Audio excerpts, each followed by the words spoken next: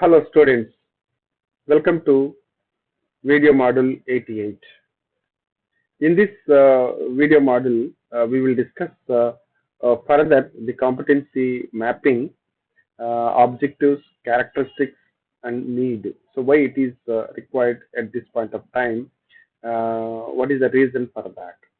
So the takeaway from this the module is you will understand the clearly objectives of competency mapping and characteristics of this competency mapping and how the organization at workplace look at the individual and then map the competencies for its relevance and then for its usage on the job so that the performance of the individual is at a higher level. So you will understand all these dimensions from this the model. If you see the objectives of the competencies, the competency mapping serves a number of the purposes, right? So it is done for the following functions like gap analysis, role clarity. Gap analysis in the sense, what is required as a competency that is needed to perform the job, and what type of competencies that are there with individual, right? So to find out the gap between the competencies that are required on the job to perform the job effectively and the competencies that are there with individual. So you can see the difference between these two. That gap analysis comes when we just do the mapping. So role clarity. So when you look at the each job, so role will be very clear and job has the clarity when individual is performing or working on the job. So then the succession planning. So you can see that the gradual growth and then on each job, whatever that we are the targeting and achieving that target. So then progressing on the job in terms of performance, in terms of individual the promotions and then advancements, everything that happens because of mapping. So the growth plan. So when we have this competence mapping, so we can plan the growth in future, how it is going to happen. So planning can be done so as far as growth is concerned when we have the competency mapping. So then restructuring. So restructuring, reengineering and then reorientation that happens so based on the data of the competency mapping, so that it is a kind of useful to bring certain changes in the future as far as structuring, restructuring and then reengineering is concerned. The inventory of the competencies for future planning. So you will have a complete the data of competencies of the organization. So when you just look at individual competency and the competency of all the employees in the organization, that reflects that what kind of competencies that are required with us, the present available competencies in the organization, and how we can make use of all these competencies in the coming future. So we can develop a kind of plan for future in making use of the competencies that are there with the individual. So all these are the main the benefits and then the purpose of this the competency mapping. Then if you look at the characteristics of individual in competency, like motive. So underlying need or thought pattern that drives the directions and then select an individual behavior. Example, need for achievement. So we will see that the motivation is one. How is the motivation?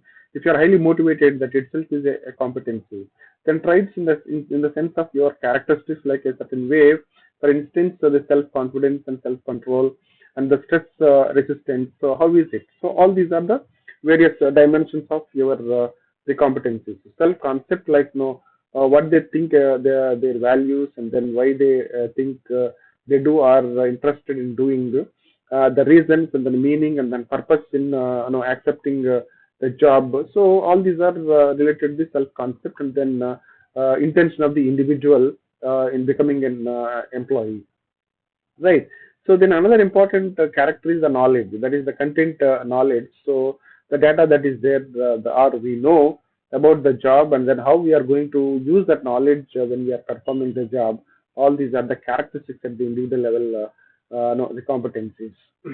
Then if you see the need for the competency mapping, like a focus on the performing roles and for time management and building the core competition. So you can see that the focus is on performing the roles, because there is a clarity and then very clear about what is what and what is the job expected and what we have, and then we will analyze and then we'll try to fill the gap also, and that will help us to increase the performance. At the same time, when we know very clearly the competencies that are there, so we can manage our time very effectively, because we know that how far and how long we're supposed to work on the job. So building the core competitions, like no, so when we have the competition, the competency level, so that itself indicates our no level of no competencies, and then that level of competency will give us the core competitiveness when you compare with other organizations. So this is the need of the competencies. Then further, if you just the competency, the based, the recruitment, so that is what I just mentioned, that we look at the individual, the complete no, requirement, and then we'll see no, what are the competencies are required, and by seeing the competency only, we recruit the individual, not the degrees or not the experience, not the age. Right? The performance appraisal also, it is all related to the competencies enabled establishment, no, the clear high level performance standards, and even assessment, and then the feedback, and everything that happens based on the competency only. So the training also, it is to impart a specific required the competencies, skills and knowledge among the employees. So we can see all these related to the competencies only. If you see the further the development, as I was mentioning, like a competency is like enhance the understanding of the development, and then individual gets the necessary tools to take the responsibilities for their own development. So give the managers a tool to empower them to develop the people. So you can see that the development is again based on the required competencies. We know that what are the competencies required and how to improve that. That's more important. Then the pay is provided and incentives for the employees to grow and then enhance their the capabilities. So payment is based on how they are acquiring and enhancing their skills and competencies and using their competencies on the job. So based on that, and then the overall performance, the payment and then the package will be given in the present context. So these are the main issues no, as far as the competency is concerned in the present context, right? So with this, let me stop here and looking forward to meet you in the next video. Thank you.